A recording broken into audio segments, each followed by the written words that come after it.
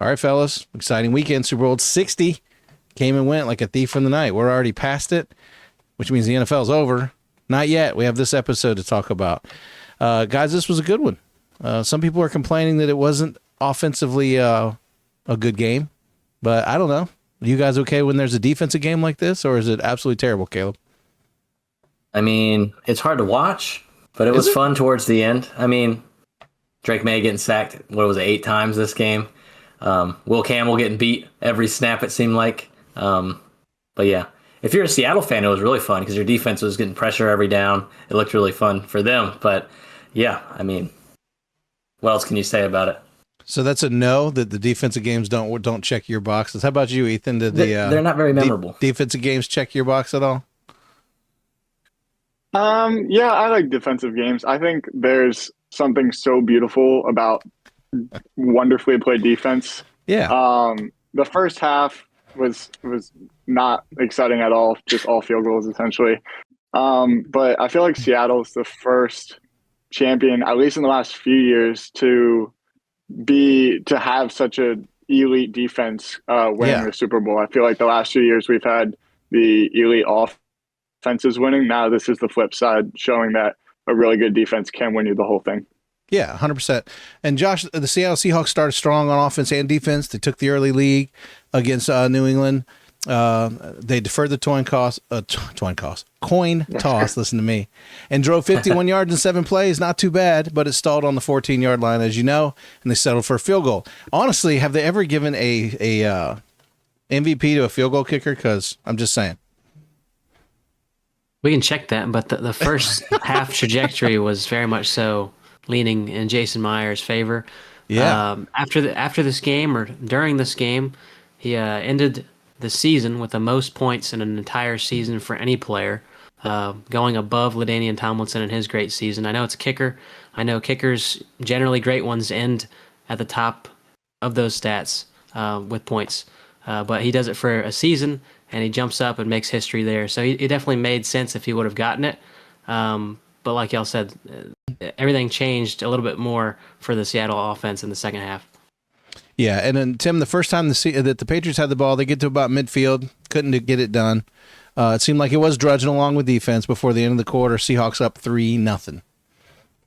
Yeah, I think the problem where a lot of people had a problem with this game is in the NFL, when you make the quarterbacks the marquee players and then they're just running for their lives in this game because of the great defenses. Yeah.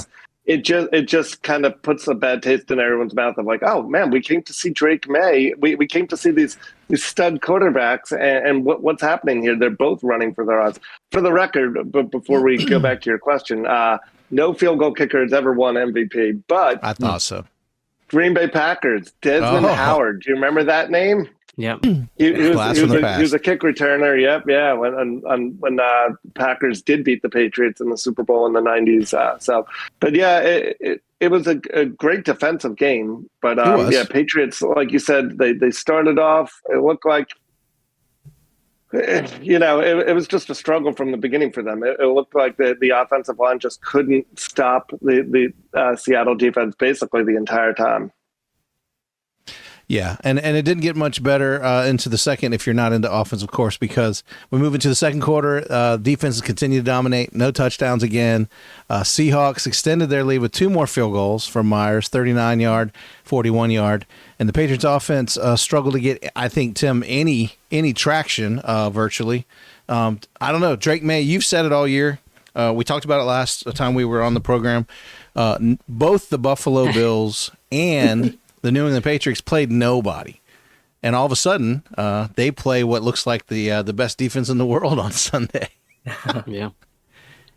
Yeah, I mean, we were talking a little bit off the air. 21 times Drake May was sacked in this playoffs, which that sentence right there is wild. But what makes it even more wild is the Patriots had a bye in the first round. Yeah. So it wasn't 21 times over 4 games. Right, 21 over 3 games is just crazy. And so now to their defense, they played some phenomenal defenses. Denver's a tough tough defense. It's true. Houston, they played Houston. So they did play some very good defenses. But my goodness gracious, that offensive line was about as porous as could possibly be. Y'all know how many times Drake May was sacked in this game? Was it 8? I'm asking. I don't know. I think it's I 8. can look. Yeah, I think it's it was 8. Let me double check it though. I think this is the first time that a defense has allowed less points and more sacks than points, which is kind of insane if you think about it. So Yeah. Drake May sacked 6 times. Six times. Okay. Yeah. So Caleb brought this stat to my attention, but if you adjust for the game that just happened, Mike McDonald in his few years as a head coach since 2023, quarterbacks under the age of 24, so Drake May fitting in that list. The Seahawks those quarterbacks are 0-7, meaning the Seahawks have won 7 of those 7 games. Only 2 passing touchdowns in those 7 games, and they've sacked the quarterback 28 times in those 7 games. Googly. So, They earned it, baby. Yes. They Good for earned it. them. So I'd love to talk about first and second half highlights, except we have 3 field goals at this point, and at the end of the second quarter, we go into Bad Bunny 9-0.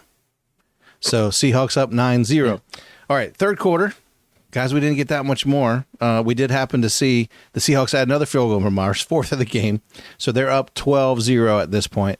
And then they stalled in the end zone. Major highlight, Derek Hall again. Derek Hall forced a fumble.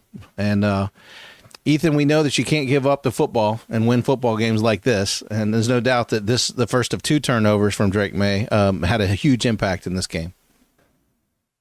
Absolutely. And fact that crazy stat, Seattle had 0 turnovers the entire playoffs, which is crazy impressive. Ooh. I know they had the bye, but it's crazy impressive and was a key part in how they were able to win all these games. So, yep, you're absolutely right. Cannot turn the ball over. You know what we accredit that to? Coaching. This coach is it true that this coach also, Mike McDonald, not Mike McDaniel, Mike McDonald, he calls all of the defensive plays still. Is that right? I believe so. Yeah. I think so. That's wild. They got Arden. They picked him up. I don't know if it was last year or the year before, but he's filled in, and then now they're gonna have to find a new offensive coordinator as Kubiak is gonna be joining the Raiders here shortly. Yeah. We can talk about and unpack that for sure. So here we go with this excitement, guys. After the dark side began to get turnovers against the Patriots, we're now at a stunning 12-0. Again, at my point, MVP is the kicker Myers. All right, fourth quarter. The game's got to open up, right? First of touchdowns, at least. Seahawks, Sam Darnold connected with A.J. Barner, 16-yard touchdown pass. Now we're up 19-0 with the extra point. Then the Patriots finally responded, 35-yard touchdown to Mac Hollins. Let's stop there. There was a point with which it looked like the Patriots had a chance to get momentum. Then the turnover. And then, is it me? Was I doing this and not seeing it right, Tim? But it seemed like Drake May all of a sudden became pretty bad and just started heaving the ball down the field for no reason. Yeah, I think as a young quarterback, and I do like Drake May, he is a good quarterback, but I think when the spotlight's on and you're losing and you just try to do a little too much and you haven't been there before. Patrick Mahomes has been there. So when Patrick Mahomes tries those things, he usually knows and has a little bit of that, just kind of big picture in mind. Or I'm just naming Mahomes. Any big quarterback that's been there before in the big game. The first time for May, I think he's just trying to do a little bit too much in the big spot, trying to save his team and put his team on his shoulders. And you have to admire him for that, but obviously it did not work out well for him. All right, so after they score, Myers, of course, gets another field goal, 26-yarder, 22-7. This is when safety Julian Love intercepted May. This is the second one. Or this is how many picks? I think he had 2. He had a 4. Yeah. How did it go down? Did they ended up giving him because there was a giveaway? It looks like they gave him, he threw for 2 touchdowns, 1 interception, 2 forced fumbles. So this is the first of pick, but he had 2 forced fumbles. Excuse me. And then returned it for 35 yards. Yeah, to set up a good field position. So we're starting to get a little offense, a little action in the fourth quarter finally. But still, I think what's important is Sam Darnold has played on 5 different teams now since he's been drafted, for 5 or 6 different offensive coordinators because every team, I think was he with the Jets and Carolina, 2 different seasons each, something like that. And I'm sure they changed coordinators. So you mentioned that Kubiak's moving on. Do you guys think it's a challenge for Sam Darnold, or do you think it's a strength that he's been on so many different teams and able to? Because let's be honest, he ran the Minnesota offense very different than this offense, and he learned this one in the same results, 14 wins, playoffs. I mean, do you think it's a big deal that he's losing Kubiak, or do you think they will rebound pretty quickly? Anybody can take it. I mean, we've seen him get better.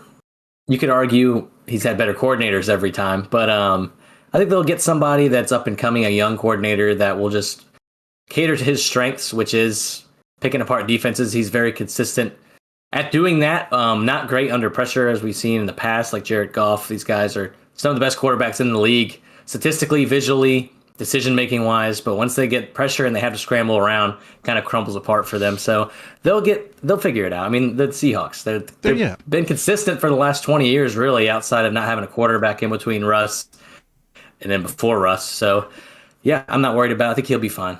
Well, let me ask you this, and I'm going to ask our resident Packers fans here at the bottom for both of your feedback. So there's talk today that Aaron Rodgers is not hibernating, and he's actually shown some interest within his camp in returning to the Pittsburgh Steelers.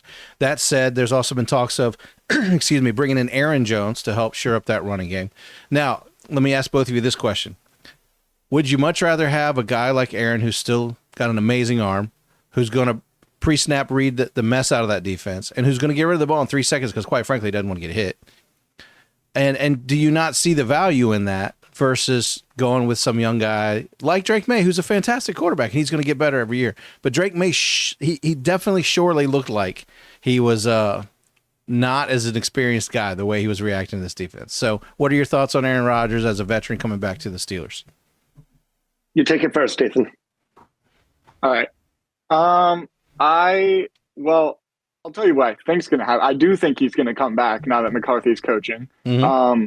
But as far as what I think the best move would be, I honestly think the only way the Steelers get out of this repeated cycle of 9-8, 10-7, getting that mid-round, first-round pick, is to move on from him and take a shot at one of those young guys. Rodgers is great. He's obviously incredibly smart because of all the experience he has, but the rest of the team is it's good, but I don't know if McCarthy's going to make a huge difference. Like you said, bringing Aaron Jones could certainly help take a little bit of pressure off of him. But as far as quarterback play goes and team record as a whole, I think I fear that if they go with Rodgers one more year, they're going to have the same result of 10-7, wild card exit. Yep. So let me rephrase it. Let me rephrase it. You're Pittsburgh playing against this Seattle team with Aaron Rodgers in the pocket. I mean, do you think he gives you that chance that they think to win this game versus a younger quarterback? And then we'll go to you, Tim. You don't think he fares better than May? I'll say he does just because of the experience he has. Yeah. I'll say he does because of the experience he has. But as far as the playmaking goes, he's not as mobile anymore. Sure. So decision-making wise, yes, totally. But combining with the O-line and all other factors. So I'll say he does, but I think it's closer than you guys may think.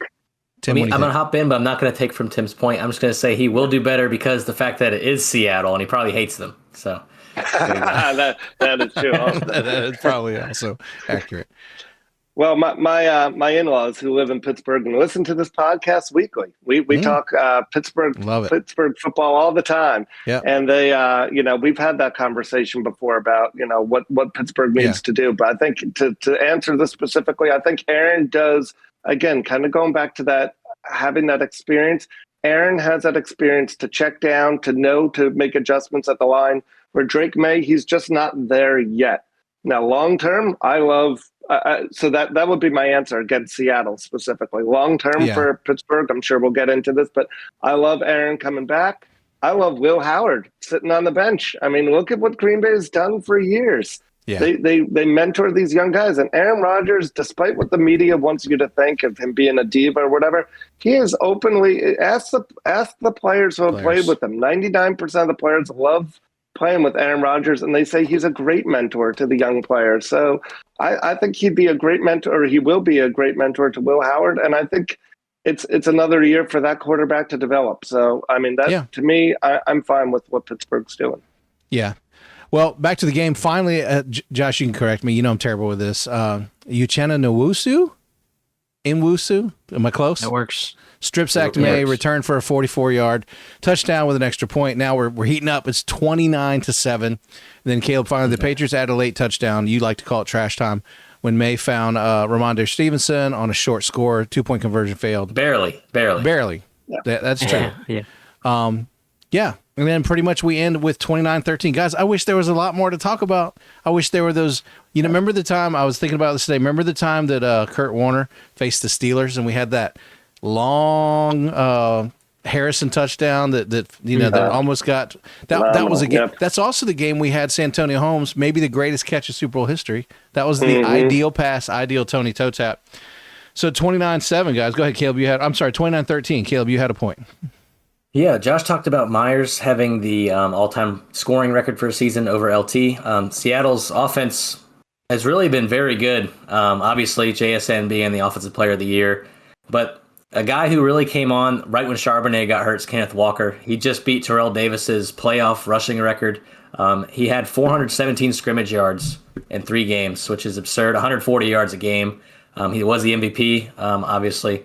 He's the only guy in this game that really did anything outside of Cooper Kupp with his, 50 targets for 60 yards, whatever it was. Yeah, that was... But Kenneth Walker, he deserves to be a top 5 paid running back like he will be probably now because he's playing for his contract this game. This playoffs, he really made the case for it. So I'm excited for that. Just wanted to highlight him a little bit. He's a great player. And he kind of gets buried because they do run a committee. And people watched him this year. Like, this guy probably won't be here next year. He might not be good. He might not even be a good running back anymore. But then he really showed everybody how good he was in the playoffs. And he's really the reason why they won the Super Bowl. So good for them. Who was the player who had 11 tackles? Chris Berman said he had 11 tackles. He said Ernest Jones. Ernest Jones like, who? Yeah. And he goes, you did. He goes, me? He's like, all right. Hey, let's do it like this. Go ahead. You had a point? I was going to say highlight for on the other side of the Patriots. Their leading tackler was a rookie safety, Craig Woodson, 10 tackles. He was in every single play, making amazing. All these plays. 3 tackles for loss, getting in the backfield, making tackles. Great safety. So it's exciting if you're a Patriots fan. Well, with that, I was going to say with the safety having so many tackles for loss, like Craig Woodson, they showed it during the broadcast. This was the highest pressure rate in a game for Sam Darnold. So going against Sam Darnold, they were just blitzing so often to get to Sam Darnold. Sure. And then obviously you're getting the ball out quickly. That results in tackles for loss behind the line of scrimmage. So he did a great job, but they were also going after Sam Darnold so much early in this game. In fairness to we love Vrabel Coach of the Year. We haven't talked about any of that. We can talk about NFL honors. We haven't talked about any of that because it happened while we were off. But let's just say the Coach of the Year's defense, which is his specialty, only gave up 1 touchdown on 4 red zone appearances. That's awesome. Yeah. That's incredible. Yeah. That's notable. But let's break it down this way, guys. Sam Darnold and Seahawks, he went 19 for 38, again, with all the pressure. 202 yards, touchdown, no picks. You already said Drake May, 27 to 43, 295, 2 touchdowns, pick, 2 forced fumbles. So clearly an advantage there. Kenneth Walker, as you already said, 27 carries, 135 yards, 161 total yards. Ramondre Stevenson limited, and they didn't go with the rookie. Why are they not playing the rookie? I think he's a better back. Didn't we talk about this already? Yeah, but I don't think it matters. They only rushed 18 times. Drake May had 5 carries, Ramondre 7, and Travion had 6. So almost even split between the 3 of them. And none of them did anything. They only had 79 yards combined. So I think that's the main issue. The pressure rate, like we talked about, both teams getting pressure. Seattle just ran the ball. They didn't seem to care, but the Patriots couldn't get it going. And I mean, gosh, Tim, that's pretty lopsided when you think about it. Walker just seemed to find his way around the corner all the time, it looked like. Yeah, and that's why I think Caleb just said it, top 5, or Josh, one of the 2 guys, just said top 5 running back. I mean, that's you got to find those holes, and that's what makes, whether it's finding the holes or getting to the outside and getting those extra yards. There were a few times where, there was one one run where he broke out for maybe about 25, 30 yards, and it looked like it was going to be nothing more than like a 7 or 8 yard gain, and he just kind of toe tapped down the side there. And so, great running back. Go ahead, Josh. He works everything outside, so you're going to see him run towards the sidelines more often than not. But like y'all have alluded to, he's a much better back when he is the lead guy, insured with that flow of touches and not going in and out of the field of play. So his rookie year, he had 1,000 yards and 9 touchdowns. He hasn't had 1,000 rushing yards since then until this year. That's not including playoffs, of course. I know he had an injury last year, but he's able to play his best football, obviously, his rookie year and the stretch we just had while he's ensured that lead role. Yeah, and moving on to wide receivers, I said A.J. Barner had a touchdown. Mac Hollins had a touchdown on the other side. Patriots and Ramondre Stevenson had a touchdown. That's Drake May's 2. This is the tail of the tape, guys. 6 sacks, 43 yards lost, like you said, Josh. 3 forced turnovers. That's 2 fumbles and 1 interception, leading to 2 touchdowns and 1 field goal. Box score said 2 picks. So that one close, that was a fumble for touchdown, was a pick. They gave it a pick. So officially 2 picks and 1 fumble. Yeah. Either way, I have it as 2 fumbles, 1 pick, but score. both led to a touchdown, and all 3 turnovers led to 2 touchdowns, 1 field goal. And unfortunately, guys, when you score, what do they score? I keep blowing this. I keep saying 7. When they score 13 points, you just gave up 21 points virtually on your turnovers. So you can't win like that. And I think that's the tail of the tape. I mean, to be honest, like you said, a couple records here. They got the victory, Seattle, but also, and this is the second Super Bowl title in franchise history, but running back Kenneth Walker earned MVP honors. He dominated on the ground. Coach Mike McDonald became the 3rd youngest NFL coach to win the Lombardi Trophy at age 38. And, of course, Jason Myers setting a Super Bowl record with 5 field goals made. And the Seahawks defense tied a Super Bowl record with 7 sacks, including 1 lead in turnover. I thought we landed on 6 sacks. And I heard 7, too. It says 6 for 43 yards lost. It does, but I also heard 7. I felt like I heard it the night of the game, and I have it in my notes. Yeah, I think there was like a flag or something that canceled or something. There was 7 at one point, but then they reversed it. I remember. Drake May, the 2nd youngest quarterback, started Super Bowl at 23. 23, bro. 23. Can we look at one of these off-season headlines for the Seattle Seahawks, which makes a lot more sense today? If you look at late May to June when there's OTAs, we often hear about the contract disputes and how guys are holding out, or some veterans aren't showing up, or some veterans are showing up and not participating. You kind of hear it between each and every single team. But looking at the Seattle Seahawks and their OTAs, they had all 90 players in attendance.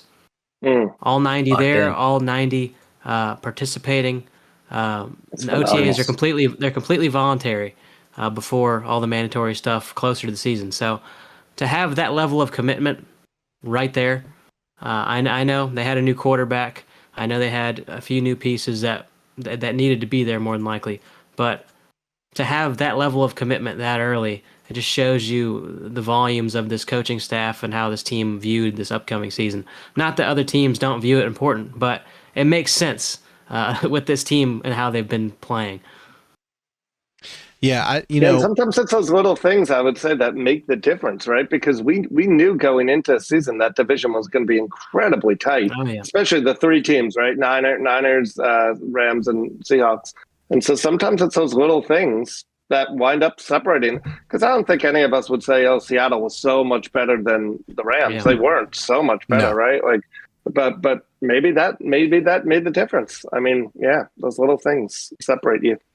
I think the biggest reason why Seattle's so good is John Schneider. He might be related to y'all. I don't know. Yeah, I'd like to take credit for that.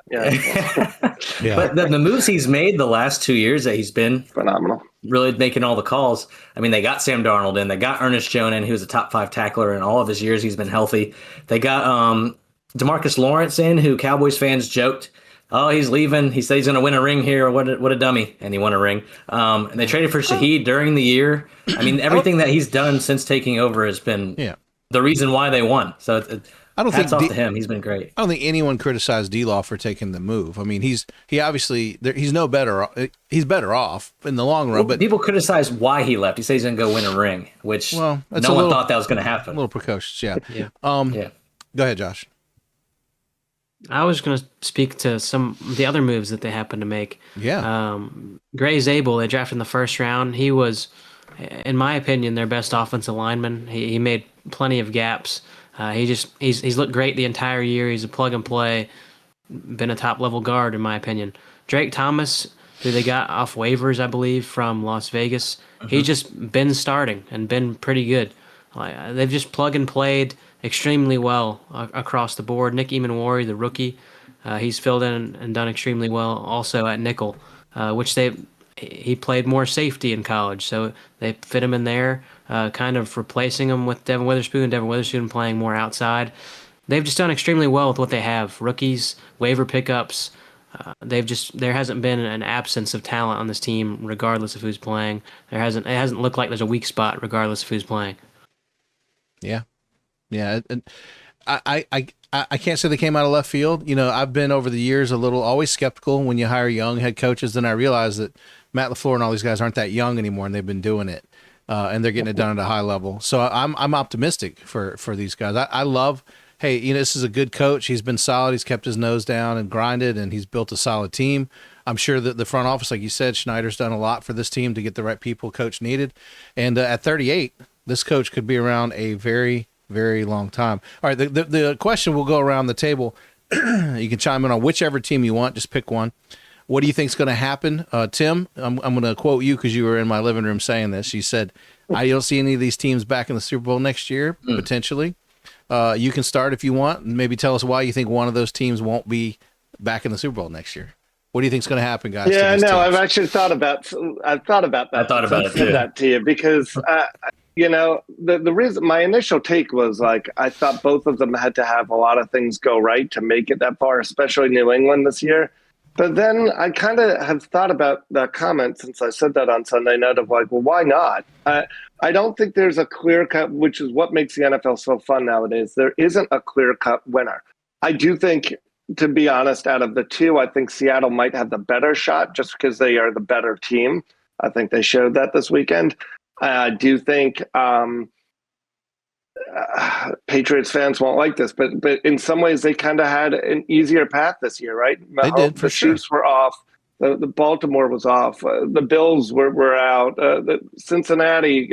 Some of those teams that are the perennial favorites just weren't there this year.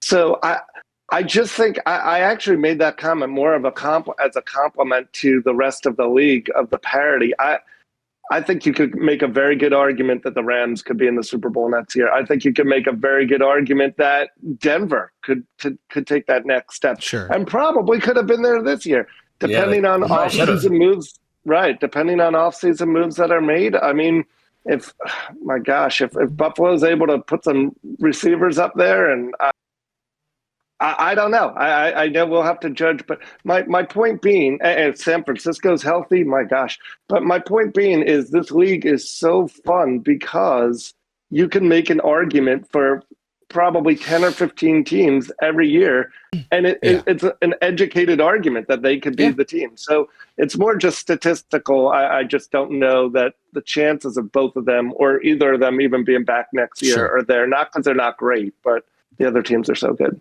Caleb? Yeah, I agree with Tim, but the NFC is so much harder in my opinion. We can just run through it real quick. The Bucks were like a rotating injured reserve team this year. Right. They'll be better. The NFC North, they knocked each other out. Fratricide, I mean, they killed each other in the playoffs, and there's no competition there. The 49ers were a dead team as well, as we talked about this year.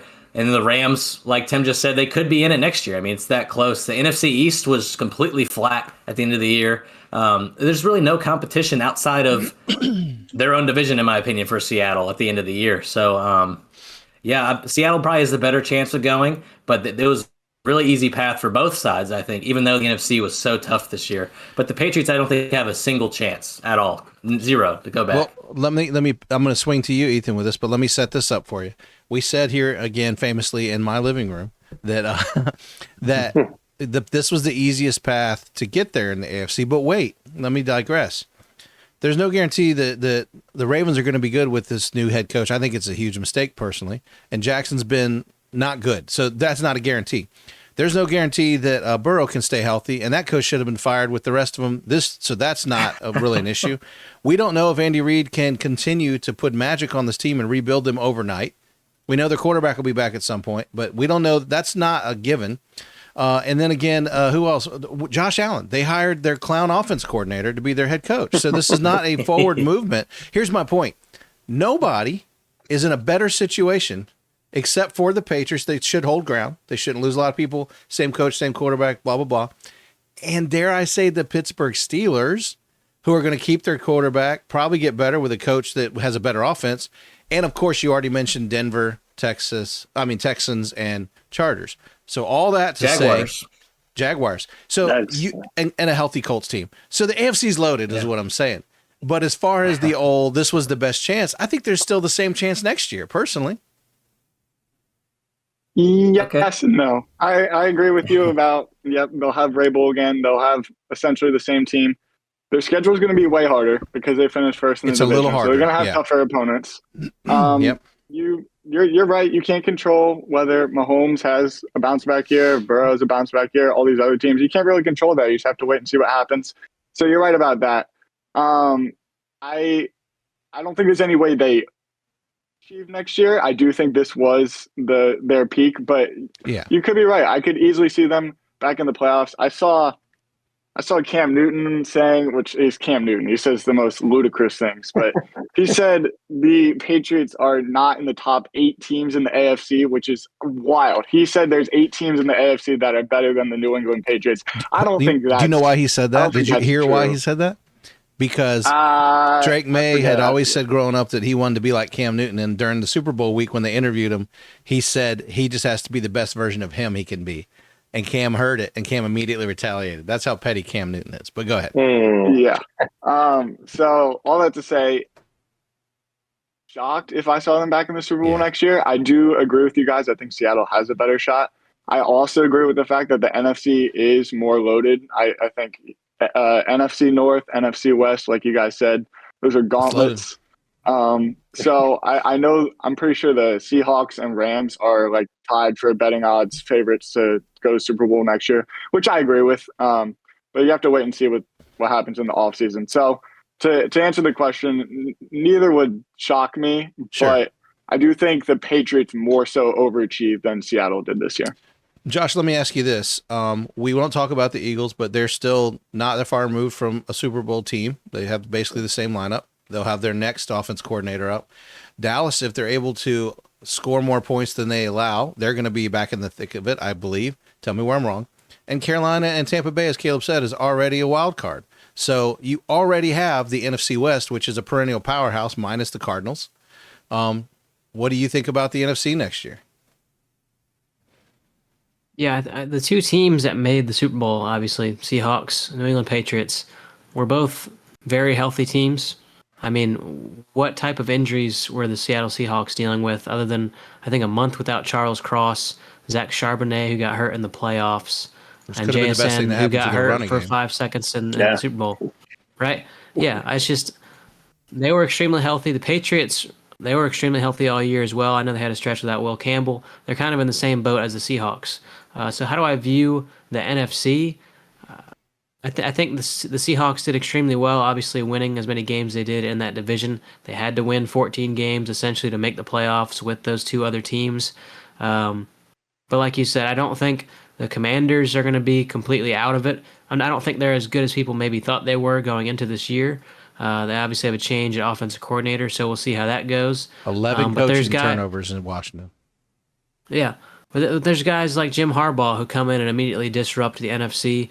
Maybe they don't do anything. Maybe they don't make the playoffs. That's not what I'm insisting either. It's just you have so many great coaches entering the NFC right now that I don't really know where the weakness is of coaches in the NFC. You have Mike LaFleur, who's coming in as a 1-year, first-year rookie coach.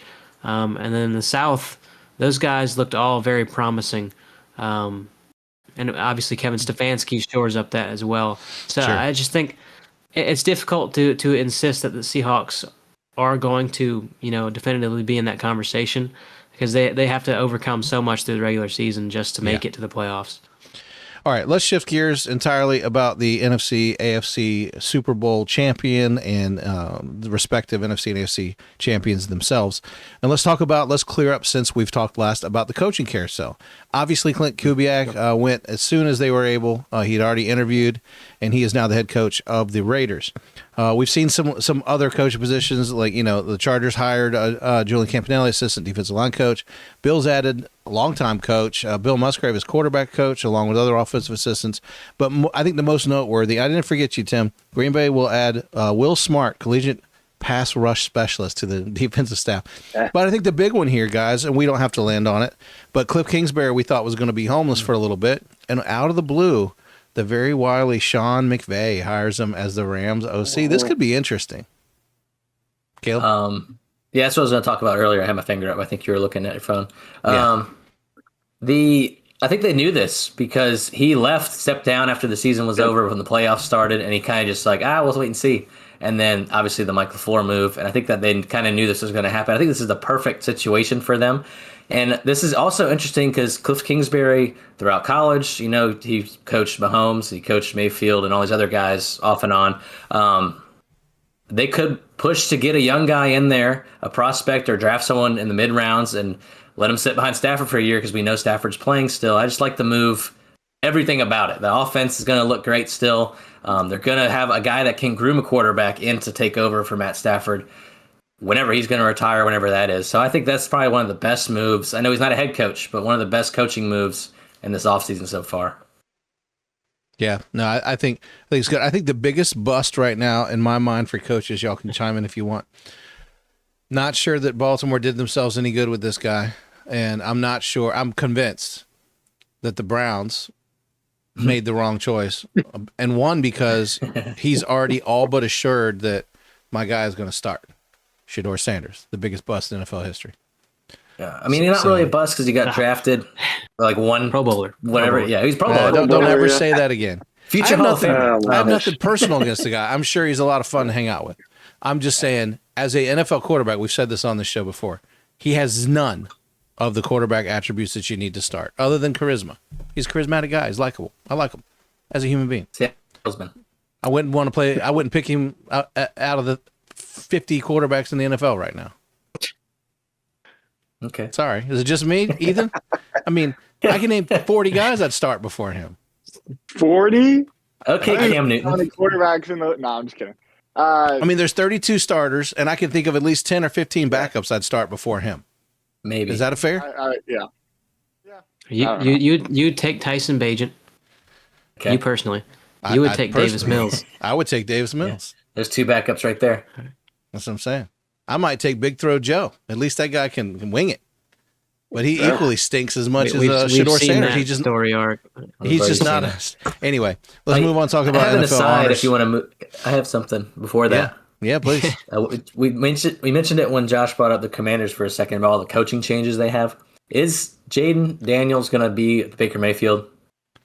Have a stellar rookie year and then just have coaching carousels and just spiral down until he's off the team? Same exact story. He got hurt. Yeah, he got hurt immediately. Everything is lining up to be the exact same thing, which is unfortunate. But I would like it as a Cowboys fan for him not to be there.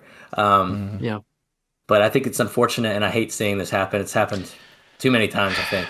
Go ahead, Josh. We're going to talk about the NFL honors in just a second.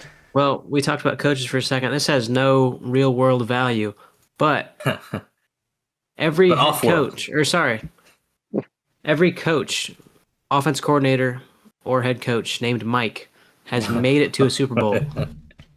Mike LaFleur, Mike McDaniel, both Super Bowl appearances with the Falcons and the 49ers. The next Mike, let's see here. You're talking about Mike McDaniel when he was an OC, not as a head coach. Yes, that's what I said, head coach and OC. Mike Vrabel obviously has been as a player. He's been last year. Mike McCarthy, Mike McDonald, he just had his appearance, right? Mike Tomlin.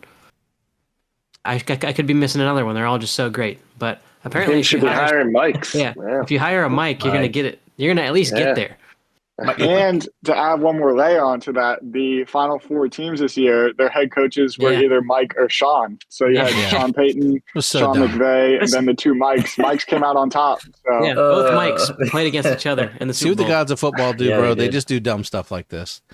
Hey, the good thing about the NFL honors that I think most of us, if we were buying and selling this, I think we're all buying. Most valuable player, Matty Stats. Very well deserved. He took that opportunity to announce that he's coming back next year for one more go. I love it. One of my favorite quarterbacks. Coach of the year, Mike Vrabel. We said there was a short list of 4. Any of them we were all pretty equal that if anyone got it, they got it. JSN got offensive player of the year. Very well, great for the young player. Good kid. Defense player of the year should have been the guy with the most sacks. That makes the most sense. I think comeback player of the year is kind of a scam because you can, break your pinky toenail and they're going to he came back. But Christian McCaffrey, all right. Offensive rookie of the year, Josh, you called it. I think Tim, we all kind of got this one. We knew McMillan would be the front runner because he had a stellar year. I'm surprised, Josh, of the defensive rookie of the year. Are you? No, I mean, that's what it felt like. I think you don't want to give it to an inside linebacker unless they're just among the league's best. I think that they're probably going to be. He was. I mean, for a rookie, he had 100+ tackles. He did a great job. Plug and play starter. Crazy amount. I mean, look it up. But the only one that had the chance to beat him was James Pierce, I think, who just ended with he had 10.5 sacks, 11.5 sacks, something like that. He was the only one that could have been in contention, but he wasn't consistent through the entire season. And we're talking about Cleveland's Carson Schwessinger. Carson Schwessinger, he had 146 tackles, 2 picks, 2.5 sacks. 146 as a rookie. 22 years old. Yeah, it's phenomenal. Josh McDaniel, assistant coach of the year, as he should be. We'll talk about that another time. I know Kale's going to wind that one up. Does anyone really care about some of the rest? I guess we can at least list them for people that didn't care to look it up. NFL Man of the Year, Bobby Wagner, great guy. Protector of the Year, Joe Thuney. That's well-deserved. Salute to Service Award, also Christian McCaffrey. Sportsmanship Award, Bubba Baker. Never heard of him? I'm kidding. I say that a lot around here. Deacon Jones Sack Award leader, obviously, Myles Garrett. The Jim Brown Award, I'm not sure what that's for, just for running backs, I guess, James Cook. Fan of the Year, Ed Callahan. God bless you, Ed Callahan. NFL Flag Players of the Year, not sure we really care, Bryson Wright, Ava Rotunda, but good job, whoever you are. Next Gen Stats Moment of the Year, Caleb Williams, Hail Mary pass to DJ Moore. Yeah, sorry, fellas. Crazy. Yeah, I think the catch, the contested bring it down on the defender catch that overrated. Whatever, bro. Puka, yeah. FedEx Air and Ground Players of the Year, Drake May, JSN, Christian McCaffrey. Why do they keep giving these guys stuff? And then finally, can they change that award next year? They need to do something, FedEx. bro. Just be like, hey, you have to throw over 300 yards to win. Yeah. Well, Don Shula, High School Coach of the Year. Let's honor these guys that don't get a lot of airtime. Head Coach of the High School Coach of the Year. It went to Dave Ettinger and Dylan Smith. Well done, guys. Whoever you guys are, I'm sure you're awesome because you got an award. And listen, let's be fair. The Pro Bowl, once again, was a complete bust. Nobody watched it. No one knows what happened because they did it to be honest. Well, yeah. The funniest thing, I don't know if I told you guys, the funniest part about, because I still watch it, I'm old school. I don't know why. For whatever reason, they had Dak and Hurts out there at the same time playing quarterback, which was weird. It was a lot of like Hurts snap, give it to Dak. But I heard Dak on the sideline say something, and don't quote me directly, but he basically he was trying to cheer the guys on, like, come on, guys, because they're coming from behind. He goes, we got to go out there and do it. And he basically said, we haven't had defense all year. I know we can do it, like that type of thing. So it was kind of funny. And, I still personally like to see all the players interact without their helmets and get along. So I'm a sucker for that stuff because I still love the NFL. But I think we all agree they should do something a little different with it. It's not ideal. Don't know what that is. We're not going to talk about the halftime show, by the way. That's not our thing. Not ideal. Yeah. Is people getting awarded Pro Bowl status because someone else doesn't want to go. 100%. Caleb and I ran through all the quarterbacks for the AFC. The only ones that weren't injured that could have gone were Trevor Lawrence, who I'm sure he went to the playoffs. He just didn't want to go. He went last year, right? The only ones that could have gone, Justin Fields didn't want to go because he said he opted out. Deserved it. Justin Fields? Because he didn't. Yeah. Well, he got benched. Everyone asking everyone from the AFC other than Fields, Sanders, Flacco, it's like they were legit pulling from the absolute bottom of the That's AFC. crazy. Because bring every other somebody starting to attend. quarterback said no. Yeah. Well, everyone's hurt.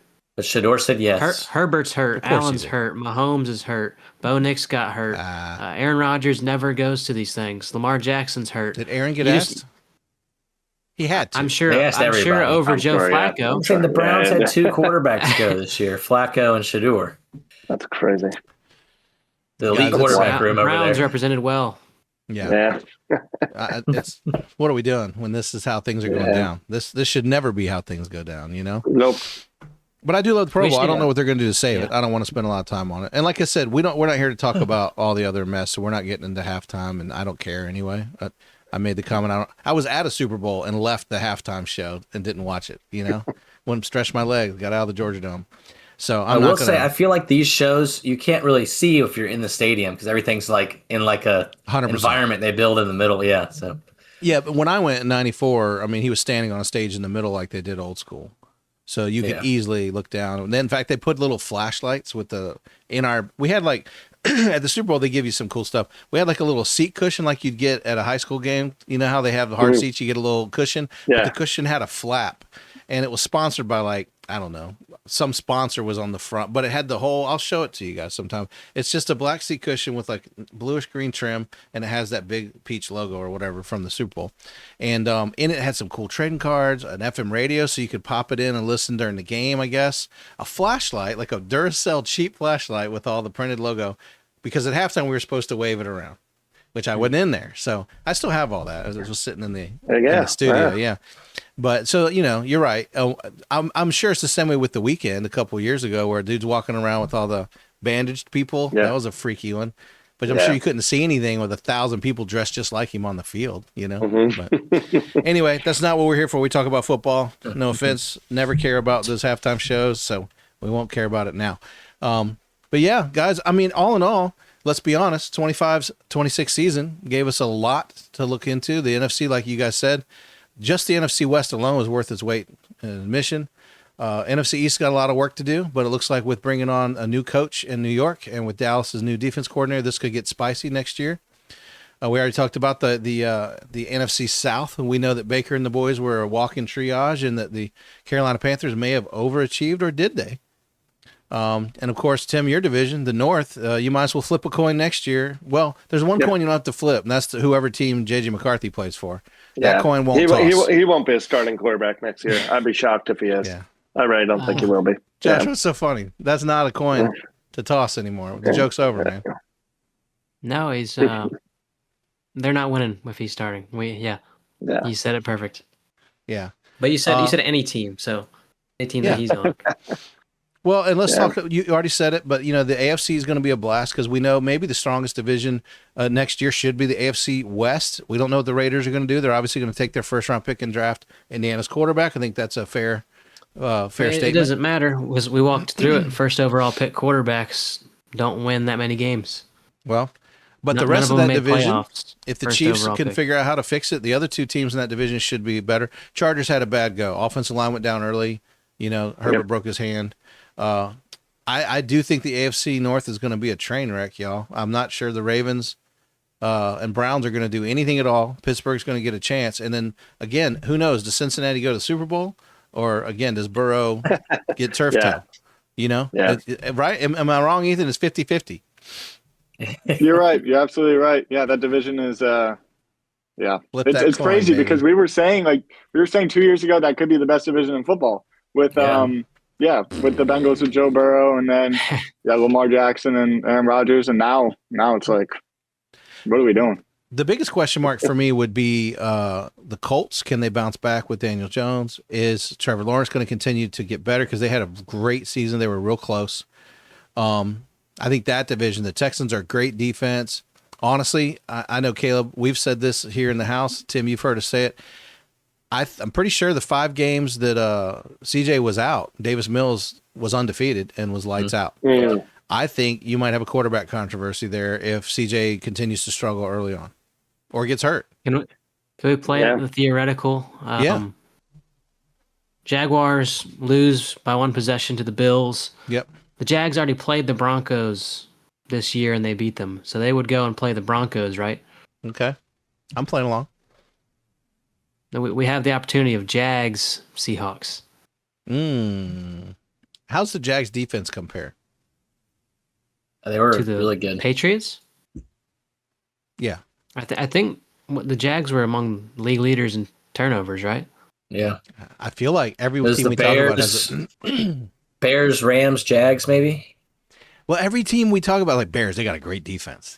Jags, they got a great defense. They're loaded. The league this year was crazy. It was probably one of the better as far as how good everyone was. Looking back with how the Patriots played in their 3 games in the playoffs, you just mentioned Joe Burrow. Drake May, I think, jumped Joe Burrow for the most sacked quarterback in a playoff stretch with the 21 or whatever it was. I think it's only one more than Burrow.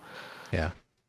But just looking back, any of the AFC teams that made it, other than probably the Texans and the Steelers, would have been a better option for a more competitive game, just with how we saw the Patriots play in the last 3, 4, 5 games. Yeah. My whole point, Ethan, was, if I told you that a team is going to get a veteran quarterback who's won a Super Bowl to bring him in for 1 year, to see how they're going to do, and you'd probably think, well, that's smart for a team like this. Then I say Aaron Rodgers, and you're like, Aaron Rodgers, Well, I do like my chances of having a veteran guy in a single game. That's all I'm saying, because I could trust that there's still maybe some magic in that wand of his. You know what I mean?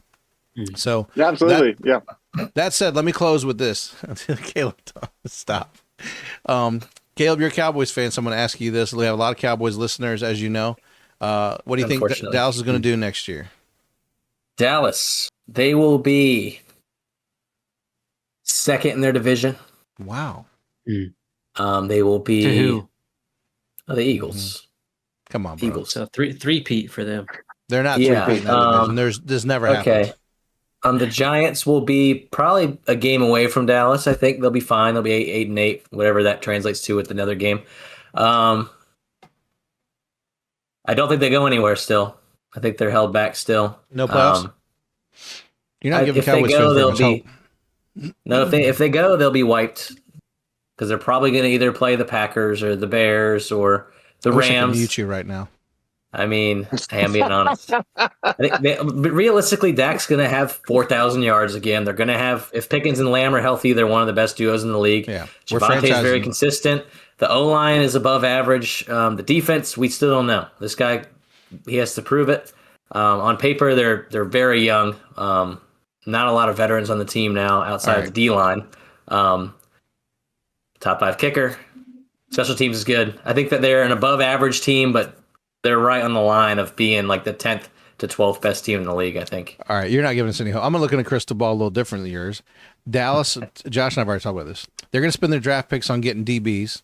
They're going to be much better because you can't get any worse than they were last year on defense. Let's be honest. They're going to make some free agent moves, but more importantly, they're going to sign their people. They're going to bring in some young talent. Their defense will be much better, enough that they'll make the playoffs. I'm going to go out on a limb just because I got it like this. There we go. They're going to win the division. I don't know what the Eagles are going to do next year. I don't know what they're. Every year I expect them to implode because I don't know who they are. But I know that no one wins that division 2 years in a row. The Eagles just did it. They're not doing it 3 in a row. Because of that, I'm saying Dallas will win the division. I don't think Washington's going to be better. They turned over 11 coaches. They're a mess on. They're one of the oldest teams in the league still. And the Giants, who knows? I have a heart for Dart, but I don't know that he's good enough to make this team better. So that said, Cowboy fans, you got to be better than last year because you had a dumpster fire defense.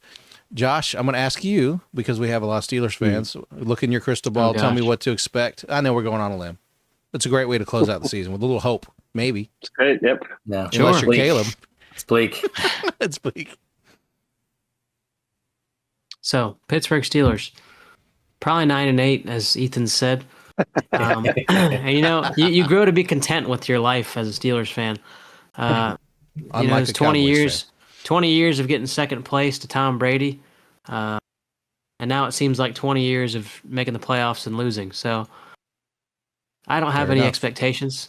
I think Lamar Jackson and Joe Burrow, for one more year, I think Lamar Jackson and Joe Burrow do a great job when they're healthy. That is the caveat. They have not been extremely healthy individuals the last 3 years.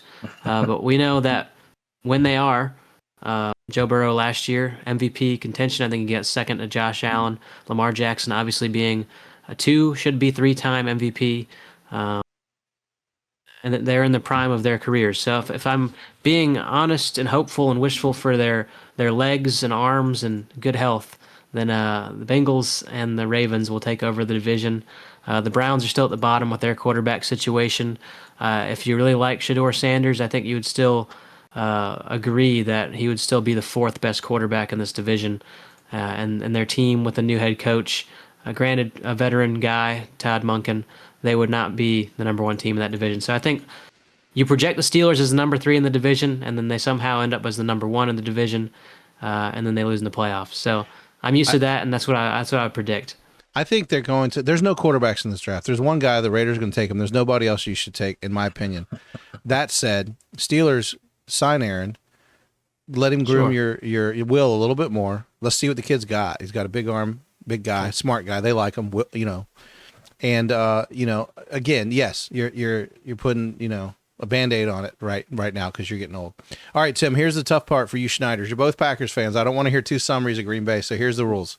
One of you get to talk about Green Bay, and one of you has to pick another team and tell us what you think is going to happen. It could be the Bears. Oh. It could be the Lions. It could be it can't be the Vikings because there's no coin to flip. Right? That's not happening there. What do you want, Ethan? You pick. I'll take the Packers. Good call. All right.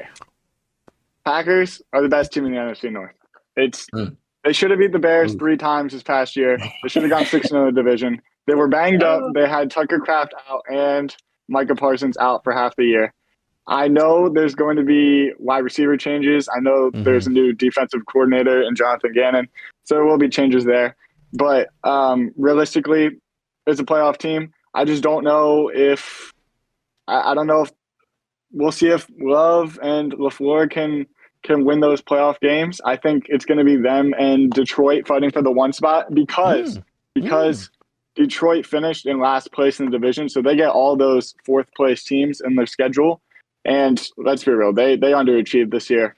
So I do think Detroit's going to be right there with Green Bay. Chicago in 3rd, they're not worse than the Vikings. But the only problem with your argument, bro, is that sometimes we notice that when because you end up getting the same divisions every year, you get a team, you get like the AFC West, for example, you're pretty much getting a bunch of ballers, or the NFC West. You know what I'm saying? Yep. So that can be tough. That's true. Yeah. Packers so you will like win the the Packers. division. Chicago, Lions, Chicago. All right, we're going to see if that's the same in August. Caleb? Real quick. I'm not taking away from Tim again. Sorry. No. No, go for it. Yep. Can we talk about how the Lions aren't as good because their coaches left? Can we talk about that now? Because everyone acts like Dan Campbell's as good as he always has been, and he wasn't that good. He wasn't that bad. You can't be from top to bottom. All right. And the only change is your coordinators. Yeah. Well, can we talk about how Ben Johnson's overhyped? We talk about him being a little bit overvalued, I think he's a great coach, by the way. I think he's a great coach. Let me clarify. Campbell or Johnson? Campbell. Yeah. I'm saying his coordinators were part of the reason why they were so dominant. Well, he's a culture changer, so. Top 5 offense all time. We can talk about that Ben next Johnson. Year when you're wrong. One of the best defenses in the league where they're banged up with Aaron Well, they were Glenn. banged up too, so. All I'm right, just Tim, saying. What team do you want to talk about? Yeah, I'm going to go Detroit. I like a lot of what Ethan said. Yeah. He stole a lot of my thunder. I think Detroit does bounce back. I think when you have a team that's well coached, Dan Campbell's a good coach. Dan Campbell's a good coach. Great. I don't think anyone's going to argue that. Is he too aggressive at times? Absolutely. But I just think the law of averages is, we said this at the beginning of the year with Washington. I know it seems like a weird comparison, but stick with me. Washington last year, they won a lot of games late. Luck, I don't know. Every team has some luck, right? In the NFL, there's some bounces that go your way. For sure. And I don't think we were as sure that they were as good as they really were. I think Chicago doesn't have a season like Washington, doesn't completely fall off, but I think they return a little bit more to the norm. They lose a few more games. Some of those ones that they're able to pull out. And I think Detroit, on the flip side, they're just too good. I think Detroit has a very good season. But I agree with Ethan. I think if the Packers, again, you could say this with any team, but if the teams can stay healthy, which I know that's fake, and there is no such thing as a team as all the teams staying healthy. But in a perfect world, I think the Green Bay roster is a stronger roster, top to bottom, than Detroit, but not by much. So I think Detroit has a good bounce back season. I agree with Caleb. I think we talked about them losing Aaron Glenn and Ben Johnson and saying, well, is that really going to make that much of an impact? Well, clearly it did. And so maybe it's just an adjustment year. Maybe it's just I'm not rooting for Detroit, obviously. Stan, love you, man. But I think they have just too many good players on that roster. And so I think Detroit bounces back next year. Yeah, I agree. We can talk about Ben Johnson later. Say the Lions, what they've had under Dan Campbell, they were able to draft extremely well. I think they kind of lost their luster last year. They got Tyleik Williams in the first round, the defensive tackle from Ohio State. His playing time diminished. His pass rush was not good. He had 1 sack, less than 20 tackles. Just was not worth the pick. Tate Ratledge played great for them, interior offensive line. But beyond that, and Tate Ratledge in the second round got them at appropriate value. They did not hit on any draft pick other than him. And you can say Isaac Tesla with his big catches. He had 1 catch a game, and they were red zone plays. They were sideline plays. He's a big man. Like, congrats to you. You used a big man in big man situations, and he did good things. Like Matt Collins does the same stuff. So I just think what they did in the draft did not help them. They lost players. They lost Carlton Davis, who just went to the Super Bowl. And then they had a ton of injuries in their secondary the last month and a half of the year. So, yes, they had all these things going against them, but they just did not help themselves last offseason. They really need to do better in order for this coaching staff to remain. To piggyback on that, I think a lot of these teams are so close that free agency and the draft are really going to be the difference makers. I think they are. It won't always be the biggest names, but what these teams do in free agency and the draft could separate them. 100%. And we said today in the office, the reality is, based on Sam Darnold's track record, you leave him in Minnesota with that defense, they're healthy, just like the Seahawks were. Suddenly we have a Sam Darnold scenario maybe in the Super Bowl because they're virtually the same team. Good young coach, good solid defense, a couple great wide receivers, and Sam Darnold. Yeah. So, you're right, Tim. This is a very narrow balance. A healthy Jared Goff with all of his horses running out of that stable, I think that team's as good as anybody when that's happening. Coach or no coach, I think, there's been a culture change in Detroit, and Ben Johnson certainly has culture as well. But, yeah, very interesting. Again, this is why we play the games, right? We don't know. We don't know. We don't know, again, like we have things like Max Crosby to kind of putting out the fire that people saying he wants out. And then we never know, like, if an A.J. Brown's going to end up staying in Philly. Like, these are the big wild cards other than injuries that make the NFL so interesting. So this is it for us, guys. This is our final episode of the season.